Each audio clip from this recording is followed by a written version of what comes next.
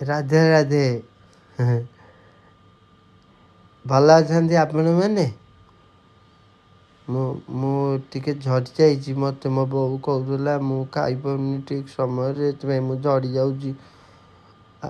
ଆପଣମାନେ ଠିକ୍ ସମୟରେ ଖାଆନ୍ତୁ, ନିଜ ଦେହକୁ ଭଲରେ ରଖନ୍ତୁ। ଭଗବାନ ଆମକୁ ଗୋଟେ ମୂଲ୍ୟବାନ ଉପହାର ଦେଇଛନ୍ତି, ସେଇଟା ହେଉଛି ଆମ ଶରୀର। ତାକୁ ଭଲରେ ରଖନ୍ତୁ, ତାକୁ ନଷ୍ଟ ହେବାକୁ ଦିଅନ୍ତୁନି। ମୁଁ ଭଲ ଅଛି। ଆପଣମାନେ ଭଲ ଅଛନ୍ତି ତ?